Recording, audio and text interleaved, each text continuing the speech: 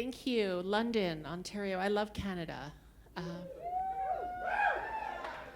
I was sharing one of the first times I ever presented in Canada was at the CanFit Pro Show in 2001, and I mentioned something about space aliens, and, well, they didn't invite me back for another 9 years. So there'll be none of that tonight. But when I saw the pictures from last month's event, I saw bright colors. And, I'm born and raised in New York City, so I wear black. So I went in my closet and I pulled out this thing that I actually bought at a thrift store somewhere in Los Angeles. And then I found this piece of resort wear that I was going to wear with white pants and a blue blazer. And then I thought, it's very Julie McCoy a la Love Boat. Anybody remember that show? I was like 2 when it came out. But I thought, okay, I'm going to be your cruise director for 10 minutes with that outfit, and that's not going to work. So I just kept my meditation scarf that I bought in India a few years ago that I take with me everywhere. And here I am tonight. When I was a child, I used to get horrible migraine headaches. And the only way I could cure myself of those headaches was to practice guided meditation and visualization, which I taught myself. When I was in college, I was stretching one day while I was working out, and the sky opened up, and there was a white flash, and I got the message that I was going to be very successful in the health and fitness industry. But I'm here tonight to talk to you all, entrepreneurs and like-minded people, about living up to your potential. Because when I was in 10th grade, my chemistry teacher, Mr. Litwin, so graciously told my mother that I should just forget about college and go to a trade school. And I'm not really sure what that meant. Still not really sure, but when I put out my second book, I decided I was going to look him up and tell him something. But, yeah. But he's no longer on this earth plane, so I had to send him a message in meditation via the space aliens. Thanks, Mr. Litwin. It probably didn't help that I blew up this chemistry beaker and spilled hydrochloric acid all over my friend Monique Abrams. I recently reconnected with her, being back in New York after a brief 25-year stint in Los Angeles, where I developed yoga and other beautiful West Coast things. And I said, Monique, for all these years I've felt so bad about that hydrochloric acid. She goes, I don't even remember that. So all these years I was hanging on to something that Monique didn't even remember. I frequently ask myself if I am living up to my potential, because there's so many ways for all of us to live up to our potential, physically, emotionally, intellectually, energetically, spiritually. And in that big continuum of constantly working on ourselves, there's always some work to do. And then if you're a AAA type A personality from New York City, there's 1,000 ways, right, to work on ourselves. So I'm also here to share with everybody, just give yourselves a break every now and then. It's helpful, and that's where I find that the tools of yoga, meditation, really come in handy with that. I started my business literally out of my living room and the trunk of my car. I moved to Los Angeles after 4 years of college and decided that I was just going to take yoga, because that's what you do when you move to LA, right? You get a waterbed, you get a cell phone, you do yoga. My first yoga teacher was 93 years old. Her name was Renee Taylor, and she taught from a desk.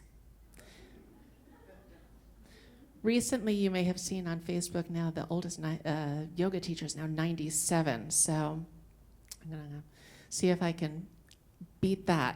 Beat that, everybody. There's still time for all of us to do that. So I got into yoga, I thought maybe I'm going to take a teacher training and teach seniors. At those days, there weren't many teacher trainings. I took a couple of teacher trainings, and when I went to go to health clubs to teach yoga, I found that laying around the floor really didn't suit people who walked into a gym to get a workout. So I created this thing called Yoga Fit, and it was very successful in health clubs. I decided I was going to do a cable TV show. I did a cable TV show. I had no idea what I was doing, but I did it anyway. And I bought a bunch of clothes, and I had a graphic artist put the logo together, and I decided I was going to do my first trade show. So I threw all my bodysuits. I know that I'm dating myself right now. Put my bodysuits and my sweatshirts and t-shirts in the car, and I drove with some friends from yoga up to San Francisco to do this yoga show. I had no idea how much inventory I had, how much I needed to sell to break even. All I knew was that I had my stuff and I was going to sell it. I still run my business like that today. That's where it helps to have a good team with you. And that's where that being good to yourself, forgiving yourself, and also trying to improve really does come in handy. So other than doing a 10-minute meditation with you all or having you do some yoga, since you've been sitting for how long now, why don't we get up for a second?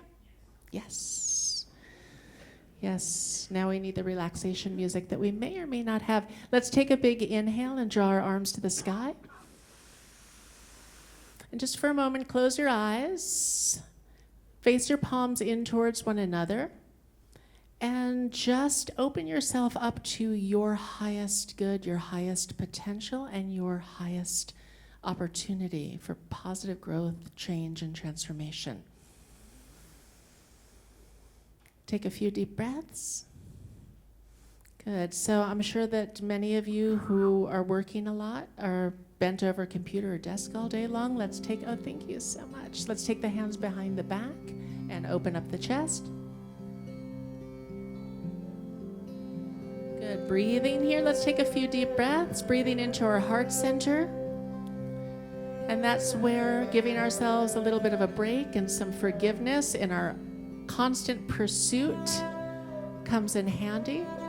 So let's close our eyes, and sometimes that involves then our mouths closed too when we close our eyes. And just take a few deep breaths. Just breathing into our heart center. Oftentimes when we're in pursuit of our goals, we tend to neglect the emotions. And we cut them off. So just take a moment to breathe into your heart center and notice how you feel. Let's let the hands rest at the sides of the body, standing up nice and tall, pulling the navel center in towards the low back, grounding into your power center, feeling yourself empowered, feeling that everything's good in this moment, everything's okay. Let's bring ourselves back to the heart center, to the communication center, to the crown of the head. And just taking a few deep breaths here.